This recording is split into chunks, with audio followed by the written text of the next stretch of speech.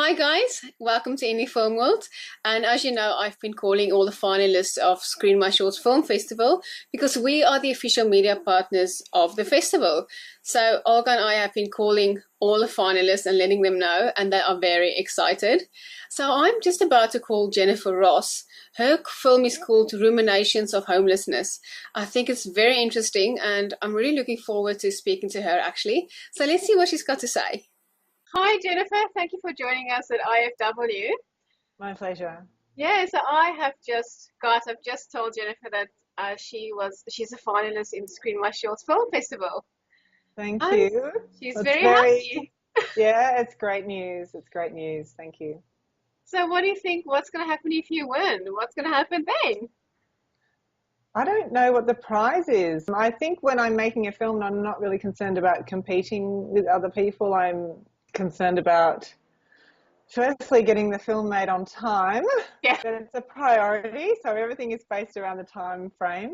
I think but really the most important thing, especially in a competition like this, is to follow the criteria, follow the theme that I was given. Yeah.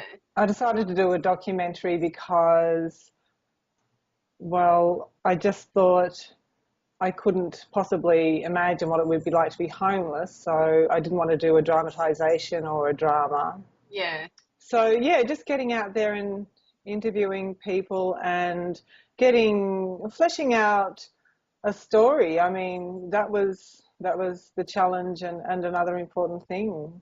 Okay, yeah. So where did you get your inspiration from? Well, originally the link to the Screen My Shorts page was sent to me by a friend of mine, Kelly Whitworth, who contributes to a radio show called Ruminations on a Melbourne station, 3CR. That's a weekly show and it discusses homeless issues, and so she's interested in homeless issues. And her partner was homeless for 17 years, and the other contributors to the show are also in the homeless category. So I thought it would be an interesting topic to explore. I think if I didn't have the contacts there at the radio station, I probably couldn't have explored it. So did you get a lot of resistance? Yeah, I did. I think my link was definitely think that my link to that culture, as a broad culture, was Spike, who has the radio show. He sort of is one of the main people in the radio show, I guess. So the way that I could see it myself as an outsider is that he was like a kindred spirit. Oh, okay. So he had an innate understanding of their situation, and yeah, I mean, it sounds a little bit them and us, but as I said, it's a bit of a closed culture. How did they accept you, the homeless people that you spoke to? Were they quite open to speak to you, or did you have some resistance?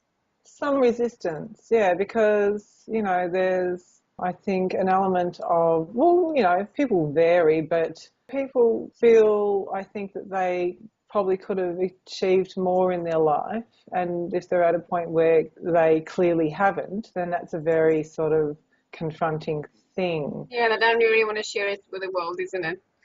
No, it's certainly not. One of the things that came up in the discussion that I didn't include, I don't think, was the fact that, you know, 78% of homeless people are women with children, but they're not really seen in public, and they're called the hidden homeless. And I just, that's telling, you know, it's sort of all about self-preservation and safety.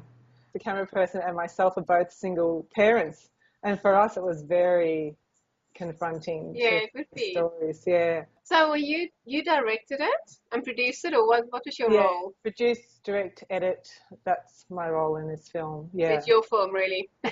Well, I mean, you can't make a film on your own without all the elements. I mean, I guess I was the driving force behind it, because I guess I'm a get up and go kind of person, but I couldn't have made the film without the Ruminations people and contribution from camera and the great people in post-production, the colour grade, the sound designer.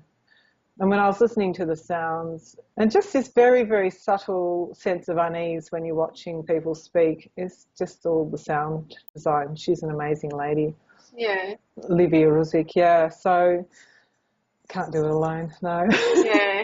So is homelessness something you always cared about, or is it because of the film festival that you opened your eyes to it? I mean, this is what's great about these sorts of film festivals, because no, it's not something I'd really thought about. I live near the city in Melbourne. I see a lot of people on the street, clearly homeless or displaced, but I hadn't really given it a lot of thought. You know, I mean, we've got people here on street corners who sell the big issue, which is, do you have that in Sydney? Yeah.